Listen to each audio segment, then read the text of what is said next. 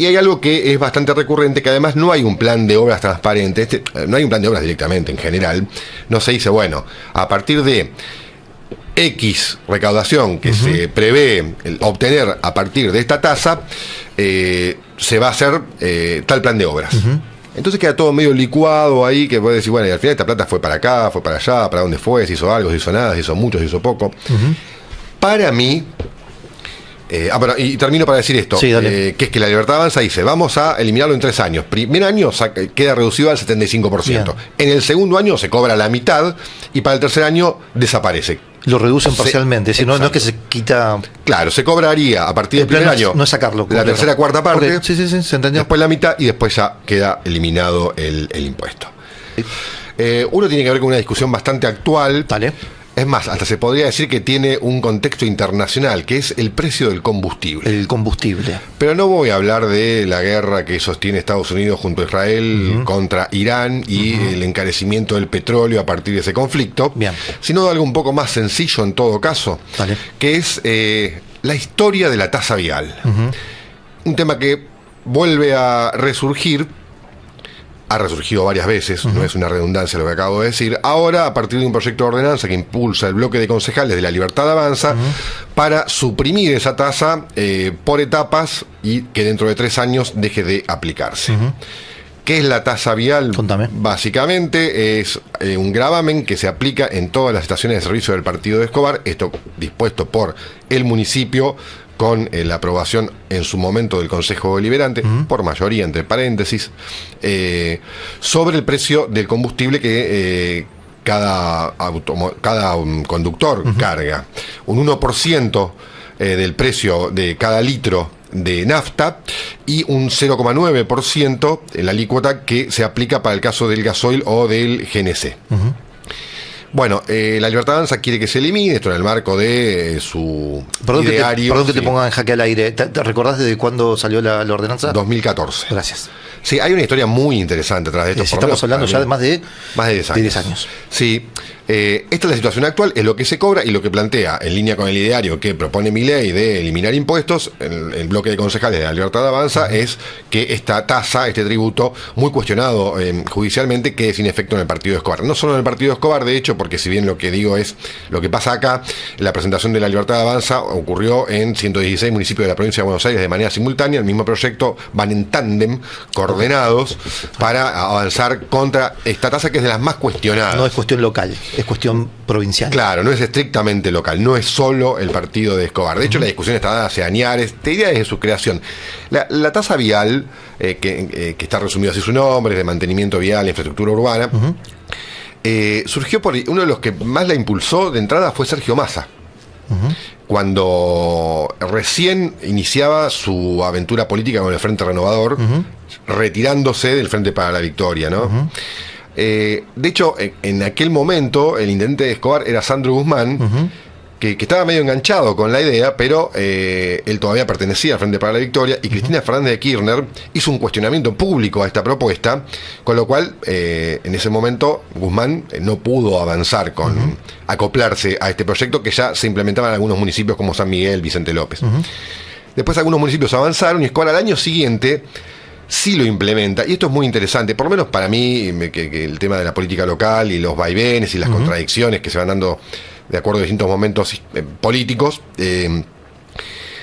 Lo propone Walter Blanco como intendente interino. Recordemos que Guzmán se va porque asume como diputado nacional por el Frente Renovador, le deja en su momento la intendencia interinamente a Walter Blanco, que jugaba ahí a oscilar entre kirchnerista y masista, pero no se involucraba con ninguno, pero tampoco se distanciaba del todo, estaba como entre Scioli y Massa y coqueteando con uno y con otro.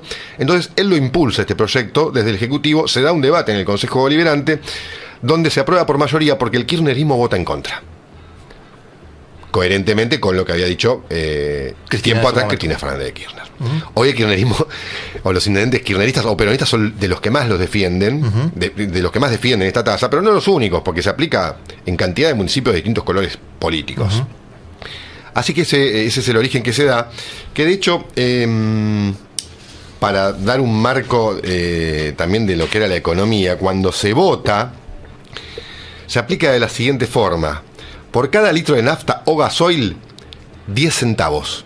De aquel momento, claro. Qué loco, ¿no? 10 centavos. Claro. Andá a encontrar una moneda de 10 centavos No ahora.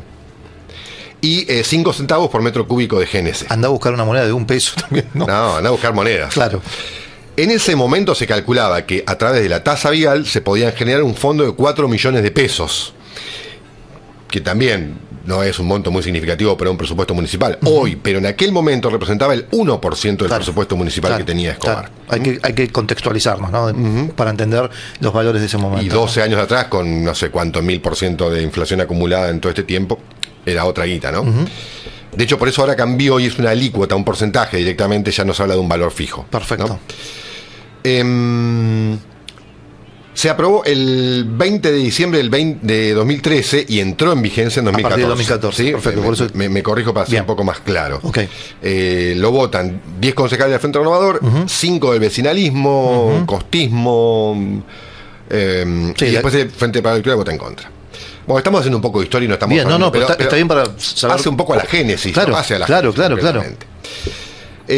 Lo que se discutía en ese momento, o mejor dicho, el planteo y que sigue vigente, es que esa tasa, ¿cuál es la contraprestación? ¿Cuál es el servicio que se presta a partir de esa recaudación? Es el mantenimiento de la infraestructura vial urbana, es decir, con esa plata el municipio tiene fondos para mantener las calles en buenas condiciones. Bien. Hoy, más o menos, representa el 2% de la recaudación tributaria. Estás hablando de 2026. De 2025. Ok, sí. El año que pasado. Correcto. Así como te decía que en su momento representaba el 1% del presupuesto municipal, hoy, o al año pasado, era el 0,6%, porque la recaudación creció en función de otras fuentes. Entonces, esta tuvo un protagonismo un poco descendente, pero igual una cantidad importante. Para dar una idea, bien, decíamos 4 millones en 2014, sí. Bueno, para el año pasado eran más de 1.300, 1.500 millones de pesos lo que se calculaba recaudar. Bien. Bueno, ahora, ¿qué pasa con esto? Que también es muy discutido hace rato ya en ámbitos judiciales. Hay quienes dicen, esto es inconstitucional. ¿Por qué es inconstitucional? Porque ya existe el impuesto nacional a los combustibles, bueno, que es la ley 23.966, que se paga, está vigente hace rato. Entonces dicen, es una doble imposición para una finalidad casi idéntica. Y esto está objetado judicialmente la posibilidad de que los municipios generen una tasa que duplique lo que ya ocurre a nivel nacional. Es decir, sobre una misma finalidad que es el combustible, mejor dicho, sobre un mismo objeto que es el combustible, la misma finalidad. No se puede poner dos veces. Claro, bueno, después hay discrepancias judiciales a tal punto que el último fallo judicial que yo tengo presente, puede haber habido otro, que tenía que ver con una presentación de un legislador libertario sobre la situación en el municipio de General Pueyrredón, Mar del Plata. Para la gente que... hay un fallo de primera instancia que dice sí, efectivamente es inconstitucional, y después el intendente por ese entonces, Guillermo Montenegro, hoy en las filas de La Libertad Avanza, apela al fallo, y el fallo de segunda instancia dice no, es constitucional, está bien, porque no es exactamente lo mismo, y desagrega ahí una serie de explicaciones, de argumentos bastante finos respecto de por qué se puede y por qué no es exactamente una duplicación de un impuesto nacional. Y la justicia le dio la razón. Y ahí está la discusión porque sigue. Vos, digamos, tenés media biblioteca que dice que sí y media biblioteca que dice que no. Pero la tasa sigue vigente, y hoy se vuelve a discutir.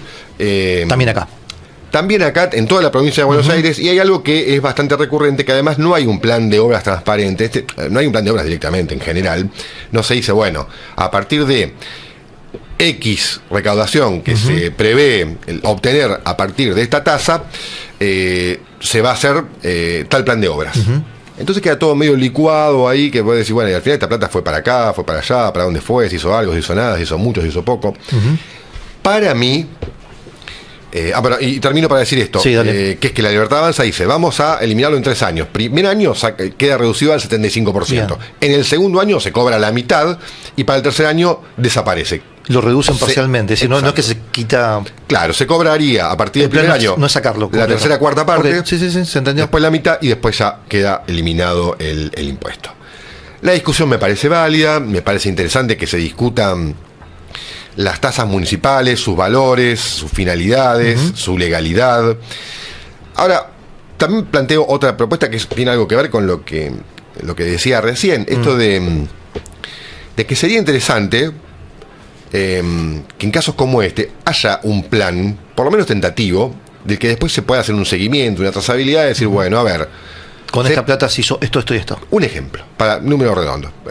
Se recaudará, o se prevé, una recaudación de 1.500 millones de pesos. Si se recauda, vamos a hacer esto, 1, 2, 3, 4, 5, tales obras, o tantas cuadras. Termina el año, se recaudaron más, menos de 1.500 millones de pesos, alcanzó para hacer de lo que se anunció esto. Joya. No, digamos, por ahí, entonces, por ahí el contribuyente, el usuario, el automovilista, diría, Por algo bueno, más visible.